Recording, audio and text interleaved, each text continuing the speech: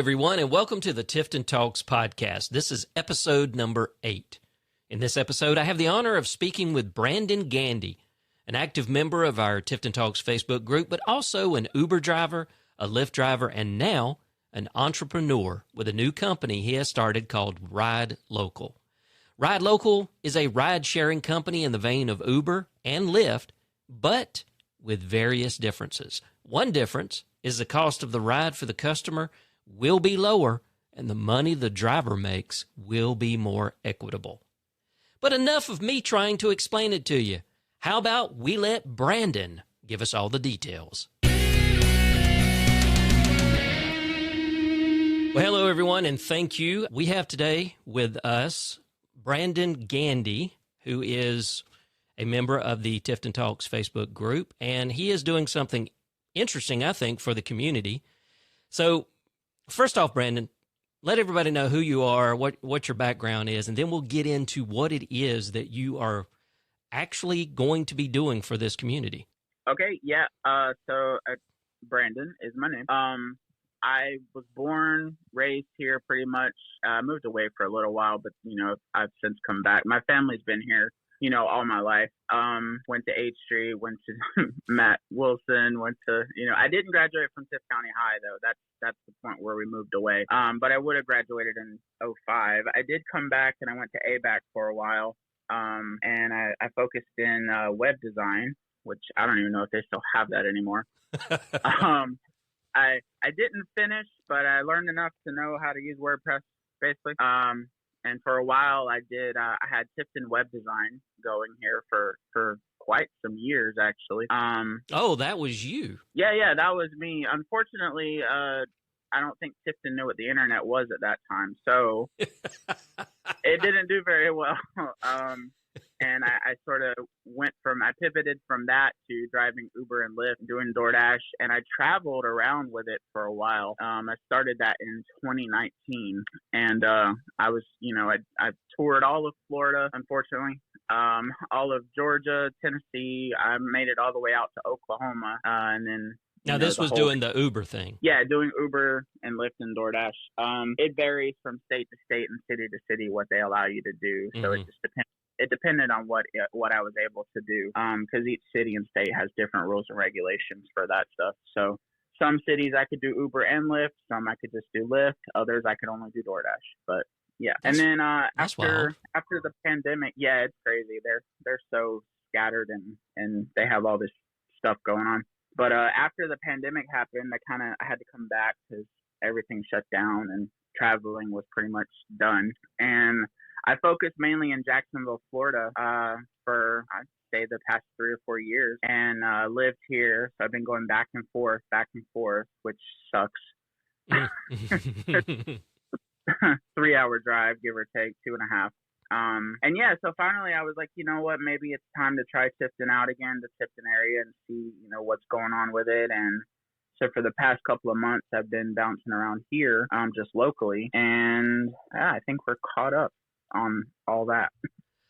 So I know you posted, you had this novella earlier, and, I guess a couple of weeks ago, where you were talking about how difficult it is to make a living with Uber here in Tifton.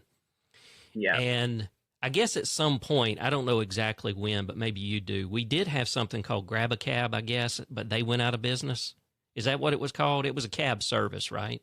Yeah, it was over, I think off of 8th Street, maybe, going towards Fair Lake Road, that area. Yeah. I think it was 8th Street. I'm not sure. But yeah, I don't know the full details. One of the members of the group chimed in on that and said that, you know what, I'm not even going to assume. I'm just going to say I heard that the daughter of the owner was murdered, and then she sort of, the mother also has passed away since, but essentially they shut down business because of, I guess, it was dangerous. Okay. So what we're saying is that's the rumor. We really don't know that for sure. Exactly. That's the rumor. I'm not entirely sure of the details of what happened. That is just what I've heard. Okay. But we can say that it was shut down. It's no longer a service here in Tifton. It is. Yeah, it is no longer in service. I think the only thing left here is Tiff Lyft Yeah. and a couple of the non-medical transport companies. And that's it, though. All right. Well, I got curious yesterday after you you posted what you did about this new service that you're bringing to the area, and I looked up some Uber income stats. And you can tell me if they're anywhere close to being what you think is accurate or not. And of course, Tifton's not listed because it's not big enough. So this is actually from salary.com. So take that with a grain of salt, whatever, how much faith you want to put into it. So it says the median income for Valdosta is $34,502 if you work for Uber. Now, you've done some Valdosta drives, right? I've done Valdosta, Albany, I've hit all the big ones, Macon, Columbus, Waycross. Yeah, okay. I've got plenty of data from all those areas. Okay, well, so Valdosta is 34,502, Savannah's 36,202, Macon is 35,802, and Columbus is 35,102. So they're pretty much hitting around the 35,000 median mark. Do you feel like if you were, and I don't know how many drives per day that is, there's other statistics that say basically the hourly is anywhere between $15 and $22 an hour, and that you potentially could make $500 a day, but you'd have to be driving for like 10 hours, and I'm presuming you'd have to be somewhere other than Tifton, Fitzgerald, Ocilla, Douglas, places like that. Okay, so I'll just say this about the $500 a day thing. The most money that I have ever made in a single day was Atlanta on New Year's Eve of 2020, and I made $350. And that's in Atlanta. That's in Atlanta on New Year's Eve with they have a thing called surge pricing, which is where they jack up the rates when the demand is super high. Something that I'm not going to have, by the way. And so they were adding, up to $40 per ride to the rides. Okay. Mm-hmm. So I've never made $500 in a single day. Maybe somewhere like LA or New York or Chicago, like the major cities, maybe. But Atlanta is a major market. Yeah. I mean, the Atlanta area, if you look at metropolitan statistics, has over 6 million people. So that's nothing to laugh about. That's a major market. And even there on New Year's Eve, pre-COVID, the most I'd made is $350 for the day. And that was working probably an 8-hour shift, if I remember. Mm-hmm. That's typically the shifts that I work, 8 hours. They don't allow you to work more than 12 hours at a time. That's a DOT law. So once you hit the 12-hour mark, it automatically logs you off for 6 hours. I gotcha. Almost like a union. Yeah. Well, it's the same DOT limits that like semi-truck drivers have and stuff. Yeah. We just don't have to do logs or anything. But as to the salary.com stuff, that the $15 to $22 an hour sounds accurate, but you have to think about what they're actually saying here. That is going to be gross pay. Mm-hmm. So Uber, Lyft, none of them cover gas. They don't cover insurance. They don't cover maintenance, any of that. Right. If you even go so far as to calculate your depreciation on your vehicle, last year I put 48,000 miles on my vehicle in 1 year. Mm-hmm. Yeah, and that was my previous vehicle. I just bought a new vehicle, and I expect the same thing on this one. I'm about to make my first payment on the 8th, and I've already put over 10,000 miles on it. Now, is that driving for Uber, or is that driving for this new service that you just? No, that's driving for Uber. Okay. And that wasn't around here. Some of it was. I've done quite a bit of Ubering around here. So Tifton is funny because there are some days when not a single ride will pop up. Mm-hmm. I won't get anything. And then there are other days, like the day before yesterday, I made almost $150 in 6 hours. From I took some people to Albany, I came back, just rides around town. And, so it's very hit or miss. That was Thursday night that I did that. So my mom likes to say it's like waitressing. You never know what you're going to get, But yeah, I don't know. Tifton is hard because it's so unpredictable and it's so random, Mm-hmm. Yeah, that would make sense, I guess. I mean, several years back, I don't know how long ago, I actually looked at potentially supplementing my income with Uber, and I went through the whole paperwork process. I guess what stopped me is when it was like, well, you got to take your vehicle and you got to have it certified by a certified shop of some sort to make sure that it's roadworthy, it's safe, and all of that kind of stuff. And you had to pay for that, as far as I could remember. You had to pay for that certification. I don't know. I don't know if it's a certification or not, but it's like a safety check or what have you.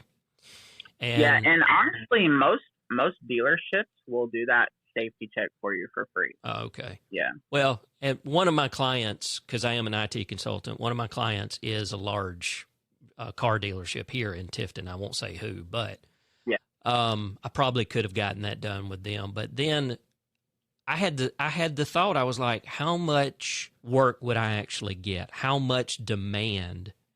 And I'm talking literally probably 5 years ago, whenever I was looking at this. So yeah, I'm going to tell you now, 4 or 5 years ago, you wouldn't have gotten anything. Yeah, I kind of figured that. So it was one of those, you're always looking at what can you do for a side hustle? What can you make a little bit of extra money and what have you? And I was like, well, the nature of my business is I'm not in an office 8 hours a day. I don't have to be tied to a specific location. Most of my clients actually text me when they have a problem. And, as long as I can get to a computer, I can usually help them. I do a lot of my work remotely. Yeah, that's exactly how I just tipped in web design. Yeah, yeah. Mm-hmm. So but I was like, yeah, probably not. It was either that or real estate, and I did neither. So probably a good thing right now. Yeah, after I talked to Ron at Century 21, a couple episodes back, and the way the housing market is.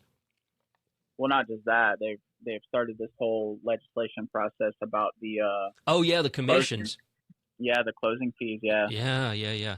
Something I did not know, and I know we're getting off track here, but the United States is actually unique in the fact that we pay that roughly 6% commission. Other countries don't do that. That's like the whole tipping thing. Don't even get me started there. That's for another show. That is another show. I'm pretty passionate about the tipping thing because Uber is a tipping service, and people don't seem to know that. Yeah. And the argument could be made, the company should pay you what you're worth. And I agree with that, but the reality is they don't. Yeah. And a lot of companies don't. So, but I mean, I'm also on the other side of that argument where, if I go to Subway and Subway's paying their employees, $10, $11, $12 an hour, I'm not tipping. I'm sorry. I know. The place, I don't know if Subway has started doing this, but you see constantly where the screen where you go to pay, and it's like, would you like to leave a tip? And I'm like, a tip for what? You handed me the Subway sandwich. Yeah, no, I am not doing that. No, I will try to always tip 20% if I'm in a sit down restaurant where the waitress or waiter, is providing a service. I do want the tips to be split with them and the cook. And some places do that and some places don't. You just never know who does. Right. But and that's to bring it back to ride sharing and Uber. Yeah, I can see that. It is a tipping business.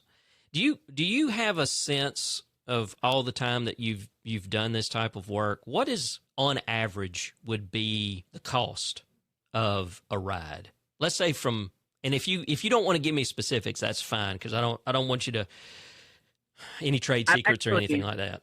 No. I was actually, you mean the cost of a ride for a passenger? Well, yeah. Okay. So I'm ready with an example, a specific example. Okay. From Thursday, actually. So Thursday, I picked up these two truck drivers at Lone Mountain Truck Servicing. It's over on Southwell in the industrial park. I took them from there to the Albany airport. Okay. Mm-hmm. And along the ride, you talk to people. Uber and Lyft no longer show the driver how much the passenger paid for the ride. They no longer have that transparency. And it's because their argument is, don't worry about what we're charging the passengers. This is what we're paying you. Right. Period. Okay. And it's unrelated to what we're charging the passengers, because in this area specifically, it's a set rate card for them. Mm-hmm. But in larger markets and larger cities, it's an algorithm-based upfront pay system. So basically, that algorithm determines instantly how much this specific passenger is willing to pay to go this distance, and then it matches with a driver that typically accepts rides for X amount of money for that distance. So that it's like a big obscure algorithm that's proprietary that they don't like to talk about. But essentially, what the passenger pays is completely disconnected from what the driver is paid. It's also reversed on the transparency. The passenger has no clue what the driver is being paid out of what they're earning. So that part I can kind of understand. Yeah. No, I actually would appreciate it if the passengers were aware of what their driver is being paid, because I feel like they might be more apt to tip a little better. Yeah, I could see that too. But see, Uber and Lyft would never do that, because back to my example of the two guys going to Albany, that's about a 48-ish mile trip, right? Mm-hmm. It takes about, a little less than an hour. Okay. They paid $98 for that trip. And that was on a no surge, wasn't busy kind of, it was a middle of the day kind of thing. Right. So that was, and they told you this because that's the only way you would know. Okay. Exactly. They volunteered this information to me and actually held the phone up and showed me. Okay. So it wasn't just them talking. At the end of the ride, when I dropped them off, and I ended it, because that's the only time you know what you're going to be paid in this area. Mm-hmm. It doesn't show you that up front. I was paid $48 out of that $98. So that means the company took over half, give or take, of the fare. Wow. And so when I showed them the $48 pay, their first reaction was, hell no. You know what I mean? That's the words they said. They were surprised and they were a little bit upset about it, and so then they added a $20 tip to the ride. So I actually ended up making $68, which I feel is fair. Yeah. And Uber doesn't take anything from the tips. So they say. So yeah, that's the reason why I was asking, because I remember there's been some brouhaha over, were they taking percentages out of the tips as well? They actually just had to pay a $290 million settlement to New York City-based drivers for that reason. They were skimming off of the ride. Yep. Tips included. It's amazing that they would take half, considering they're basically a technology company. There's a particular podcast that if you love tech podcasts, I highly recommend Grumpy Old Geeks. I've listened to them for years and years and years. They've been doing a podcast for about 12 years now. And one of the things that they used to rail hard against Uber, and the thing that they always hated and they always pointed out was, Uber has no assets. Uber is nothing but an app. That's it. So why, if you are an app, are you taking 50% of your workers' income? It makes no sense. I'll tell you why. So there's multiple reasons. The first reason is because the CEO, Darwa Khosrowshahi, or whatever his name is, his salary alone is $48 million last year. Here we go. Not counting his stock options and all of that good stuff. Okay. And the question is why? Exactly. The second reason is because they employ over 30,000 people worldwide in their coding and customer support and all that stuff.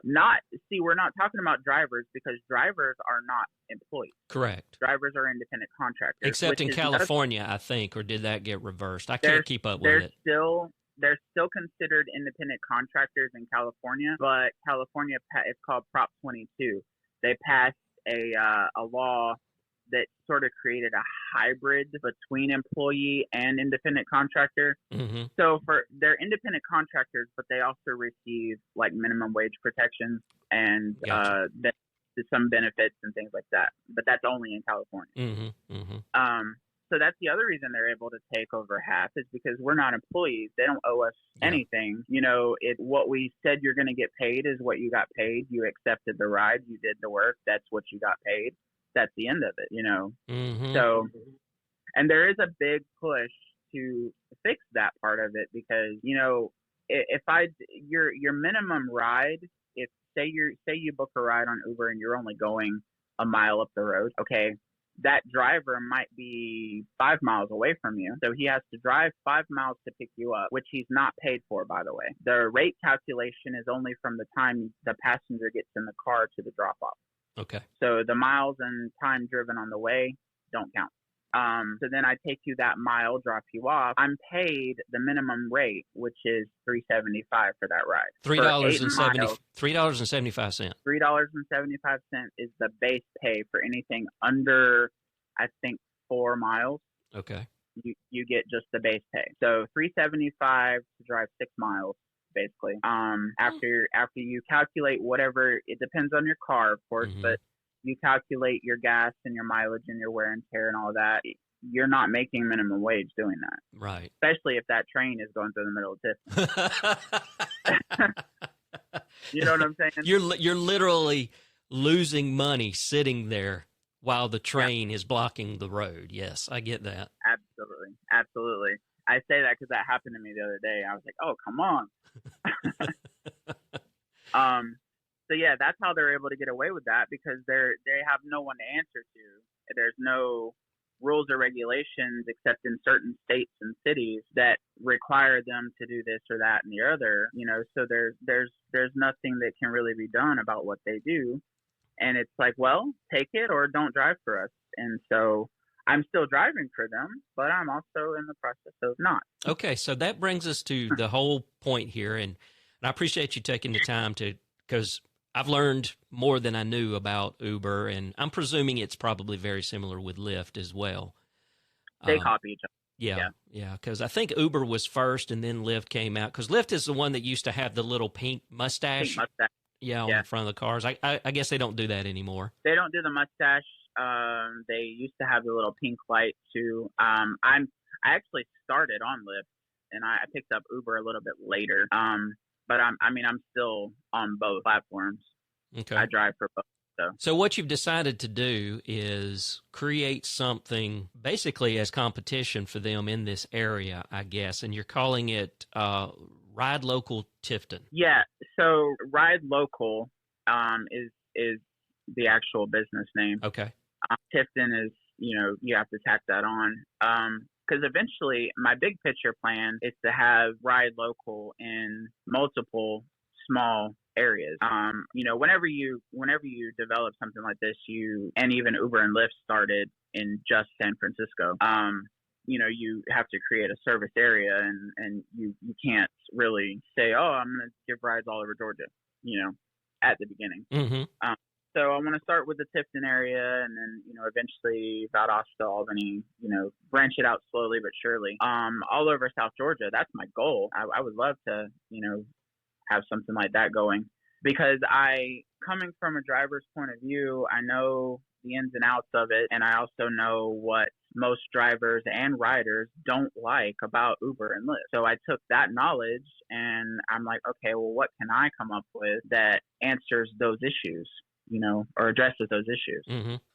Okay, so if you go to RideLocalTifton.com, you'll get this display that says cheaper than Uber and Lyft. Get a ride now or book one for later.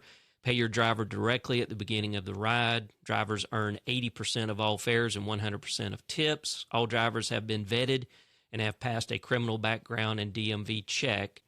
Drivers accept cash, Cash App, Apple Pay, Google Pay, credit, debit. Support local drivers right here in Tifton. And then you got a little thing here. Due to limited driver availability, we are currently available 7 days a week between the hours of 10 a.m. and 10 p.m. If you need a ride outside of those hours, please schedule your ride at least 12 hours in advance. So this brings up a couple of questions for me. Okay. Number one, all drivers have been, well, let me back up before I ask that question. How many drivers do you currently have? Is it just you, or do you have other people that are part of this company? Okay, so I just launched this 2 days ago. Mm-hmm. Whenever I posted it in the group. Right. So right now it's just me. Okay. Since I since I posted it in the group, I've had 3 people message me about being drivers. Okay. I've had about 4 or 5 people asking questions from a customer point of view. Mm-hmm. So obviously the vetting and the checking and all that kind of stuff is going to take some time. So right now it is just me. Eventually and very soon I do hope to have other drivers. But that being said, I don't want to bring in more drivers without having the business to give them. So there's a common issue in a lot of markets with Uber and Lyft, where there's an oversaturation of drivers. Mm-hmm. Orlando, Florida is a great example. Orlando, you would think, is a very busy city. They have Disney World, blah blah blah. Universal Studios. Sure. And it is a very busy city. It's Florida's top tourist city of their number one tourism city. Mm-hmm. But if you're an Uber driver and you go to the Orlando International Airport and you enter the parking lot that is designated for Uber and Lyft and you get in line for a ride, at any given point there are 300 to 400 drivers in front of you. Wow. And I'm sorry, but Orlando's not that busy. Wow. So how come? So I guess this is a rhetorical question then. Why does Uber allow that? That seems detrimental to their bottom line as well. It actually isn't. It actually is really good for their bottom line because if they have an oversaturation of drivers, it means that every ride that is booked or every ride that is processed through their system is basically going to be answered immediately by a driver somewhere. So it's good for the company, but not good for the drivers. Exactly. It's great for the company because they don't have any passengers waiting around on rides. It's horrible for the drivers because the drivers are waiting around on rides. Gotcha. So one of the things that I want to do differently than they do is I want to pay close attention to the driver saturation in the market. I don't want to hire, I say hire, they're not going to be employees. They're just, I don't want to bring in more drivers if the business is not there, because then the drivers that are already there, myself right now, but anyone else, it's going to cause us to wait longer for rides. And we don't want that, because if you're sitting around in your car, you're not making money. Right. So it's going to be a delicate balancing act between not just sitting there, not making any money versus having enough drivers to service the demand. Yeah. And I mean, it's not going to be that difficult because most drivers that I know, including myself, we do what's called multi-apping. So whenever I log on to work for the day, I turn on Lyft, Uber, Ride Local, and sometimes even DoorDash all at the same time. Mm-hmm. And I basically let them sit there and compete with each other, and I'll take the best one that pops up. So most drivers that I know do that. And I don't have any problem with drivers having Ride Local on as well as Uber and Lyft. I don't really care about that stuff because I know how it is. Mm-hmm. If Ride Local is not busy and Uber is, make your money. That's my opinion, So it is going to be a delicate balance. It's going to be a slow growth thing. As more people discover that this platform is charging almost half of what Uber is. Yeah. I feel like I'll pull more riders to me, and people will start phasing out the use of Uber and Lyft. And at that point, I'll also be able to pull the drivers from Uber and Lyft in the area, because the drivers are going to be making way more money on those rides, even though those rides are being charged less. Right. Yeah, because they're going to earn, as you say here on your page, 80% of the 80%. Fare and 100% of all the tips. In today's digital age, your online privacy is under constant threat. Hackers, data snoopers, and even your own internet service provider can track your every move, leaving your personal information exposed. But fear not. There's a powerful shield that can safeguard your digital life, and that is private internet access. Private Internet Access VPN is your ultimate privacy solution. With just a single click, you can encrypt your internet connection, making your online activities completely anonymous. Hackers will hit a dead end. Data snoops will see only encrypted gibberish, and even your ISP won't be able to track your every move. But that's not all. Private Internet Access VPN also allows you to virtually travel the world. Choose from their vast network of servers in different countries and experience the internet as if you were there. Whether you're streaming your favorite shows, accessing blocked websites, or simply safeguarding your sensitive information, PIA is your trusted companion. Don't compromise on your digital privacy any longer. Join the millions who've already taken control of their online experience with private internet access. Use the affiliate link at tiftontalks.com/PIA and get 30 days free. That's tiftontalks.com/PIA to unlock the power of online privacy today. Private internet access. Your privacy, your rules. Now, Absolutely. There's always going to be the question, and of course, I think this actually cropped up on the post about being secure. And you say here that they're going to be vetted, criminal background checks, DMV check, and all of that.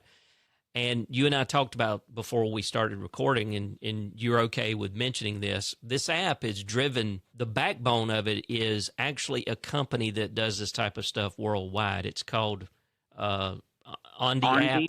Ondi? Yeah, that's Ondi. Ondi. It's I think they're based in Nigeria. It's an offshore company, but they have essentially a bunch of different white label versions of Uber, of DoorDash, of things like that. And you essentially purchase the software and the technology, and then you brand it on your own. Right. That was the easiest route for me to take because, as you know, being in IT, hiring a developer to building like this would be outrageously expensive. Yes. The hours and the time and all of that would be way beyond my means. So this was a quick, affordable way for me to have something that's usable. It's not perfect. I'm not completely happy with it. But there are upgrades that I can get. You know what I mean? Eventually, it will get better with time. As I'm able to add in more elements and get the design looking a little better and things like that. But as to safety, and I do know the comment you're talking about, someone commented, you better be packing some heat.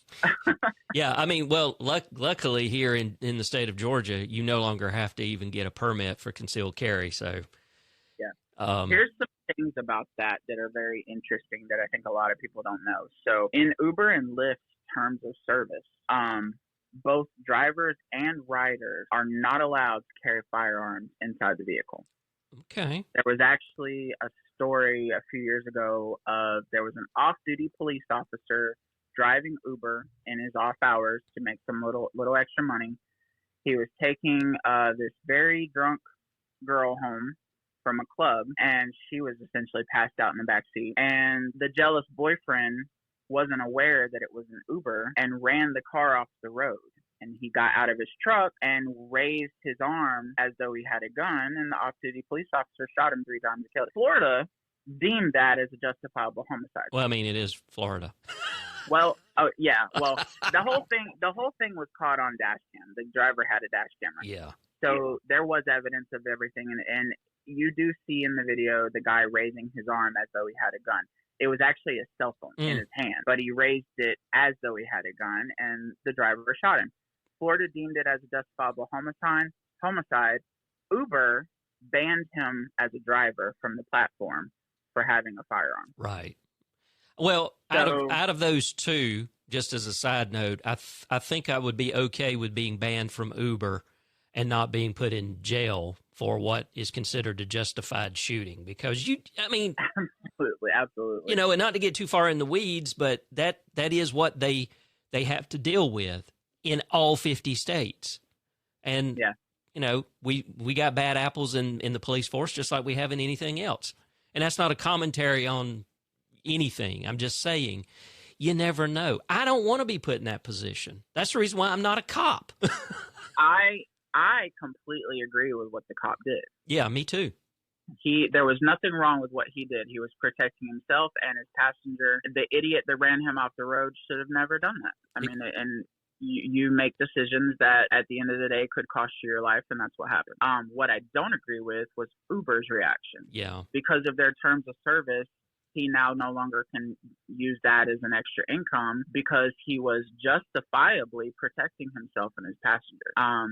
That's a tough one. It is. I mean, if they have a terms of service, service and you violate it, I mean, at what point do we say there's no repercussions for violating the terms of service? I mean, the whole situation is just terrible. Well, here's the thing about that, though. If you report a passenger for having a firearm, they send an email saying, "Hey, thanks for your report. We'll look into this," and that's the last you ever hear about it. Yeah, the passenger doesn't get banned. No, there are no rules. There are no repercussions for passengers other than sometimes you can get cleaning fees charged, if they steal something in your car or something like that. Right. But as far as they're very customers always right sort of thing, which I don't really agree with, because if you think about it just from a statistical numbers point of view, me as a driver, if I'm working an 8-hour shift and it's busy, I will encounter anywhere from 10 to 20 strangers getting in my car in that 8 hours. Okay,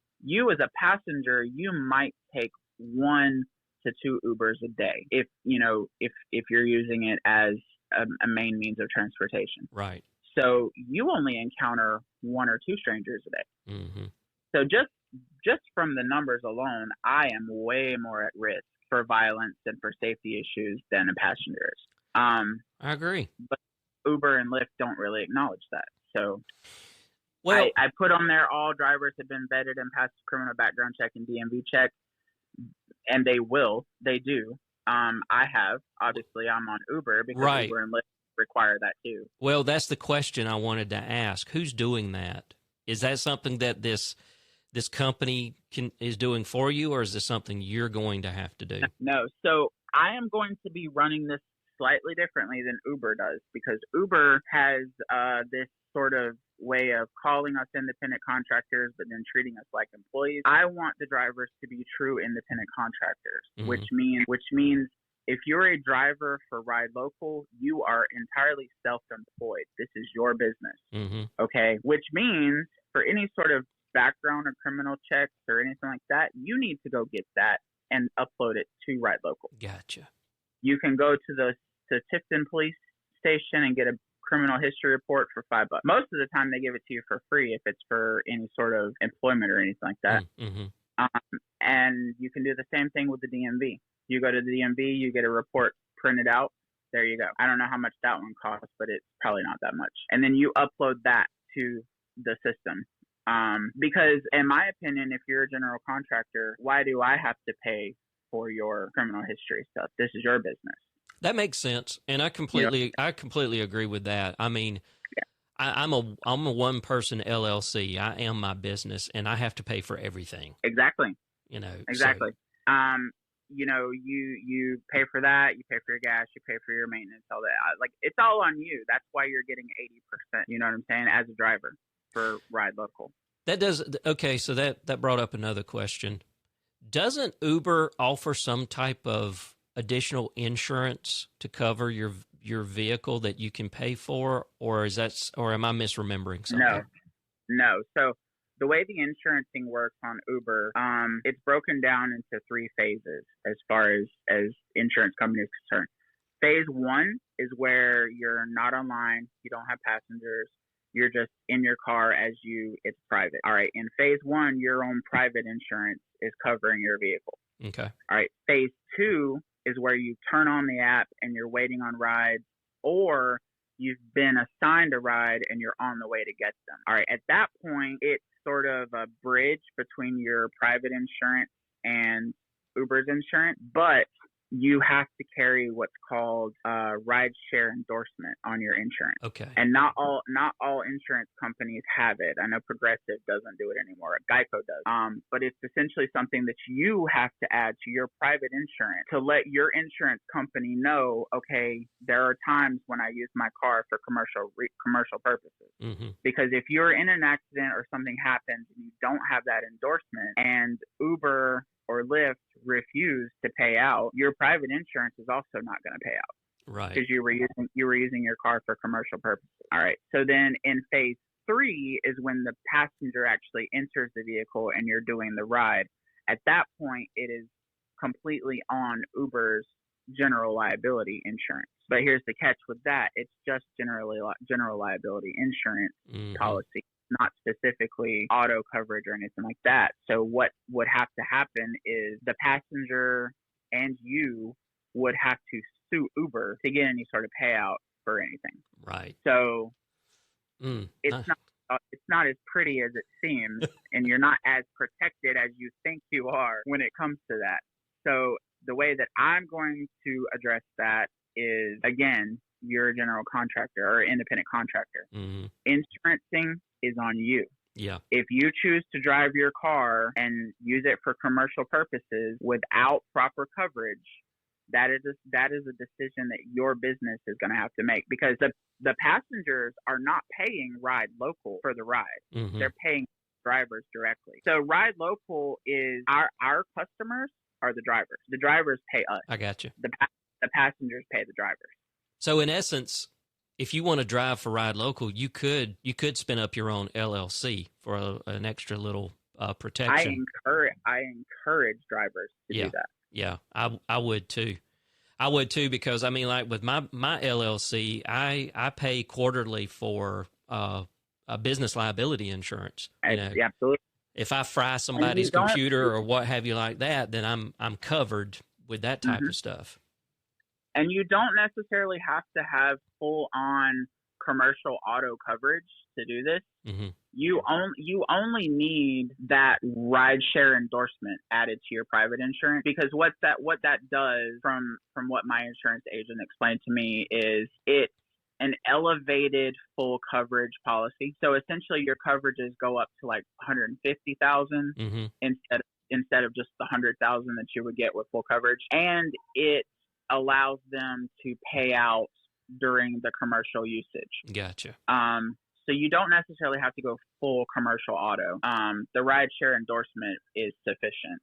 So what you were saying though is you have to, not all auto insurance companies have that ride sharing or rider or endorsement.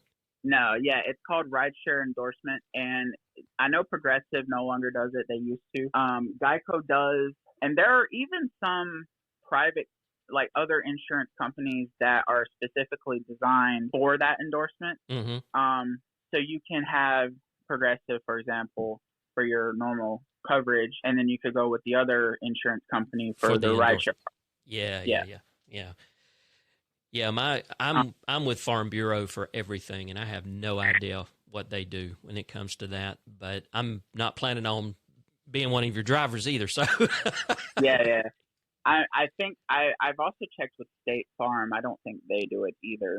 And that's actually one of the questions that insurance company will ask you when you're first buying insurance. Do you use your vehicle for rideshare or food delivery? Mm-hmm. And if you say yes, and they don't offer that endorsement, they're immediately like, well, sorry. Yeah, you can't get insurance with us. Yeah. But yeah, you just have to check with the insurance companies and all that. But I mean, back to the whole, like, Uber covers that. They do, but they really don't. Mm-hmm. You know, they just have the general liability business coverage for themselves if they get sued. Right. So, you know, if you get in an accident, it will require you to hire an attorney, mm-hmm. and then you have to go through all this rigmarole. They have an army of attorneys, so you're going to be tied up in court for years. You also have to sue them in California. You can't sue them here because they're based in California. So you've got to hire an attorney in California probably to sue them. Yeah. Nice. It's this whole thing, because you just, you know. Yeah. No, I get it. That's how they protect themselves as a company. Yep. Just because they're an app company. Yep. Let's try to wind down here real quick because we've been going close to an hour, but this has all been very informative for me, and hopefully it will be for the listeners as well, because, again, I've learned a lot. Drivers accept Cash App, Apple Pay, Google Pay, credit, and debit. I think it's interesting that you notate cash. What is this cash you speak of? You know, I'm joking, because we are basically in a cashless society now. Right. But so booking, when you book something, you book it through, like, if I need a ride. Yep.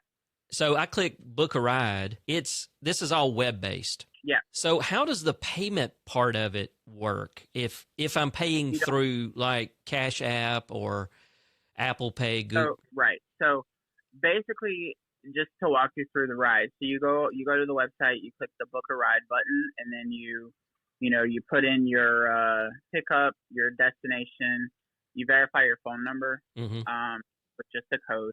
And the only reason that you have to do that is in case the driver needs to contact you, Right.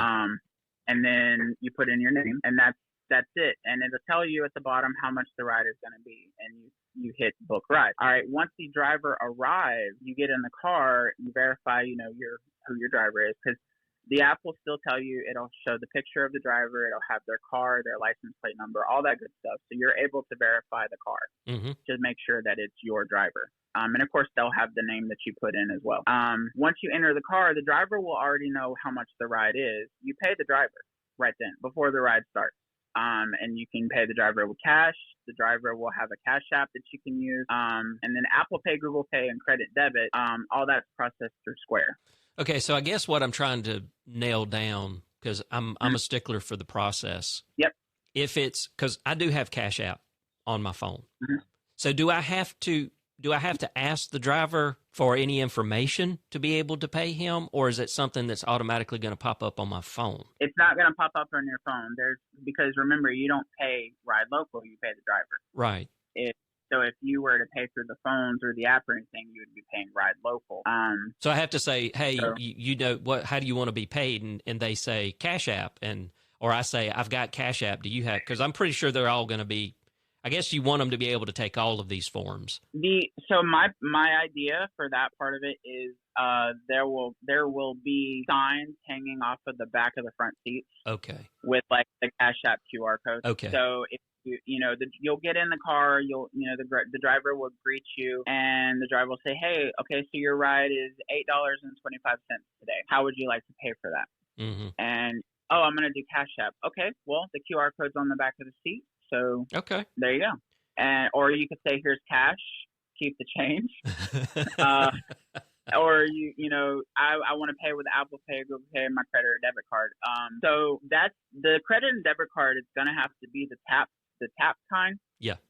Because Square uses, if you have an iPhone, Square allows you to just use your iPhone as a terminal. Yeah, because it has NFC built in. Exactly. So you just tap your phone or your card on the top of the driver's phone.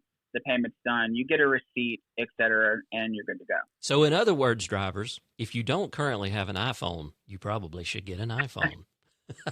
Yeah, I mean, Square does have other means for Android users. You can get the little swipe tags, and I've got the old ones. I've got the old ones that actually use the audio jack. Yeah, and they also came out with a Square one that allows you to tap. Yeah. Yeah. Which they don't give you for free. The old ones for the audio jack, they would send to you for free. I have like 2 or 3 of those. I have one for PayPal, but the tap, they were like, no, that's going to be $60. I'm like, yeah, no thanks. I don't need it. So, yeah. And I thought about trying to come up with a universal sort of way to do that, maybe having just like a business Square account and issuing the drivers different, if they need that, issue that to them, and then I guess pay the driver out. It was more complicated to try and figure that part out than it was to just say, you know what, you're an independent contractor. These are the advertised modes of payment. You need to figure out how to accept those. Right, but you'll give them the options. Like, you need to figure out how, but you can do the Square. You can have an iPhone. Absolutely, these things. You're not going to just leave them to their own devices. In other words, you're going to give them guidance. No, yeah, they'll have guidance. I mean, Square is free to set up. It's not hard. You do have to pay for the hardware if you don't want to pay for an iPhone. But yeah, it's not difficult. And PayPal. The reason I didn't want to go with PayPal is PayPal has too much bad juju with it. No, I completely understand. I tried to, for some reason. I very rarely. The only reason why I use PayPal at all is I actually have a line of credit with PayPal, and so sometimes I'll just put stuff on there and then pay it off in 2 or 3 months. If I'm doing something for a client or what have you. But And the reason why I'm needling you at all of this is I want people to understand that you have thought long and hard about this. You didn't just wake up last week and go, I'm going to do rideshare for Tiff County and the surrounding areas or what have you. That, No. If you could answer all my questions, then I'm comfortable going, hey, I think this is something that, would be beneficial for the area. Absolutely. So far, you've not let me down. So, but again, like you say, this is new. You've just started this. Yep. So I hope it succeeds and you can get some additional drivers. And more importantly, it's about providing this service, which is now something that we don't seem to necessarily have other than, you doing for Uber and Lyft. I don't know is anybody else in town doing Uber and Lyft? Yeah, there's a couple of people that have messaged other drivers in the area that have messaged me here and there. And I've, talked to some of the local passengers, and they say that they've encountered maybe 4 or 5 different people doing it. But I feel like most of us, if we're having a slow day and we're behind on money, we're going to a bigger city, to make up the difference.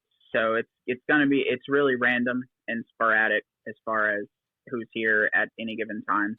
That does bring up one more question. I'm just full of questions. How are you going to advertise? How are you going to let because people understand Uber immediately. It's like, yeah. I need a drive. I need someone to take me from point A to point B. Immediately you think of Uber or Lyft. How are you going to get someone in Valdosta, for example? I know you say this is local right now, but if you got a slow day, you may need to go to Valdosta like you do with Uber or Lyft. How are you going to get Valdosta citizens to go, hey, this is another option? How are they going to know about it? Well, right now, if you're in Valdosta, it's not going to let you book a ride anyway, because that's out of the service area. Okay. So when I do open a service area in Valdosta, though, I would treat it the same way that I'm going to treat it here. So you'll have the signage in the car and, hanging off the back seat. I'm also giving every Uber and Lyft passenger that I give a ride here to a business card with a QR code to the website. And having someone in your car for any period of time is an ample opportunity to tell them verbally about this. At the end of the day, most of the passengers that I talk to and I give rides to, their biggest concern is the cost. Mm-hmm. There is no company loyalty because, like you said, they all do the same thing essentially. It's point A to point B, and you're done. So there's no specialness to any particular company where that's concerned. So the only thing you can really compete on is price and service, customer service. You want to be a friendly driver. So when I tell people, well, hey, there's this other option in the area that is probably half the price of your ride. Mm-hmm. You might want to try it out next time. Here's a business card. Right. That alone, I think is going to be the most effective marketing ploy. And if you know anything about marketing, you tell one person something, they like it, they're going to tell 5 other people. Yeah, I have found the same way in my business. I do not do cold calls because cold calls just don't work. Every client I've ever gained over the last, I've been in this business since 2015, has been word of mouth, recommendations, and I like that better. It's organic marketing, Yeah.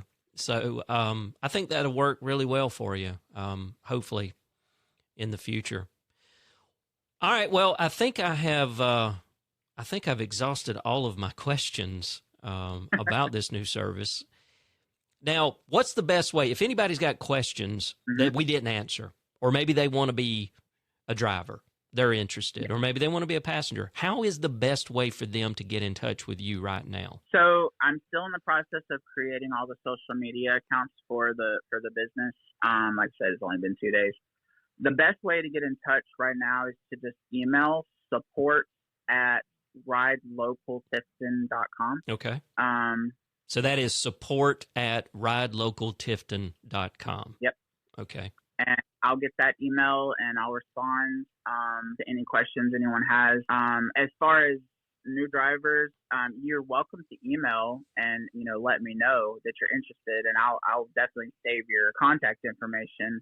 But I need to build the driver portal essentially into the website, so that there's, an application process and an account feature and all that. I've yet to get to do that.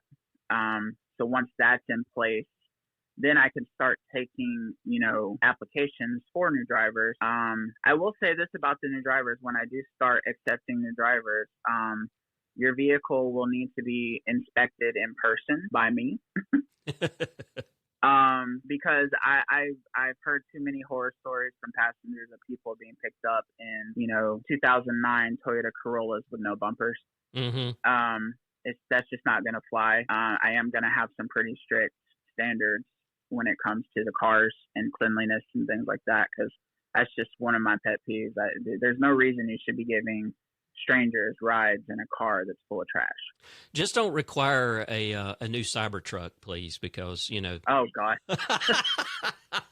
$61,000 to start off, and it is ugly as sin. I don't understand, but no. Oh, well, that's good.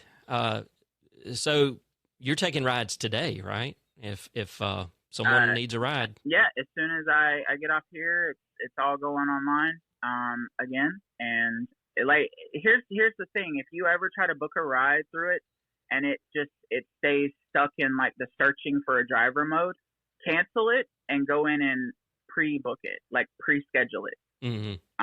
So you hit the little toggle switch that says pre-order, and then beside that will pop up something that you can, choose the date and time. And what that does when you book it that way, whether the drivers are online or offline, it still pings the phone.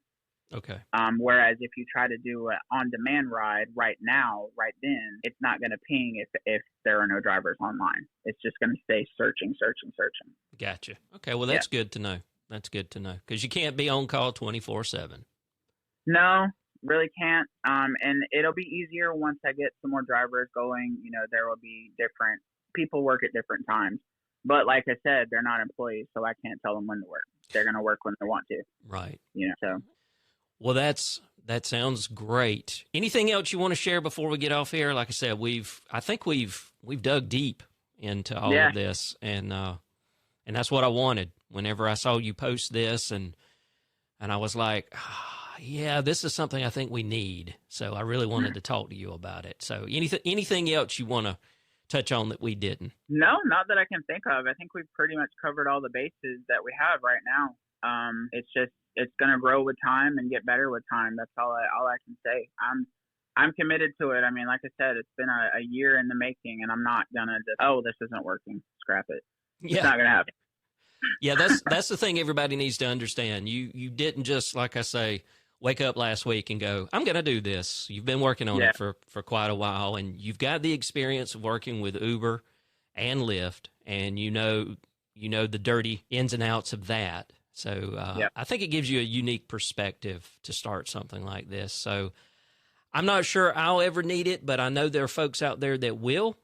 And you never know. You never know. I picked up people on the side of 75, broken down with flat tires. You never know. Hey, you know what? I'll just call you. I'll be like, Brandon, come get me. Absolutely. Just don't do it after 10 p.m. I'll be asleep. Hey, man, I'm old. I go to bed at 9:30 now. So there you go. But I'm up every morning at 5. So, I guess it balances out. All right. Well, again, I appreciate it. This has been a conversation with Brandon Gandy. He has started this new service called Ride Local, and you can go to www.ridelocaltifton.com if you need to book a ride. And it's going to be cheaper than Uber and Lyft, and he's going to, the drivers actually get more money. So I encourage you, if you need a ride, to check it out. So, Brandon, it's been a pleasure. You've been an active member in the Tifton Talks Facebook group, but this is the first time you and I have actually spoken. So It's a pleasure meeting you, and I hope you have a wonderful rest of the weekend. You too. Stay dry. Yeah, it's going to be a wet one. Again, I want to thank Brandon for taking the time to discuss his experience of the ins and outs of Uber, Lyft, as well as his new venture, Ride Local. As he stated in the interview, if you'd like more information about being a driver for Ride Local, email support@RideLocalTifton.com. If you need to book a ride, then visit www.RideLocalTifton.com on your phone, your laptop, or your desktop computer. I'm Donovan Adkisson, and this has been the Tifton Talks Podcast. Take care, everyone, and we'll talk soon.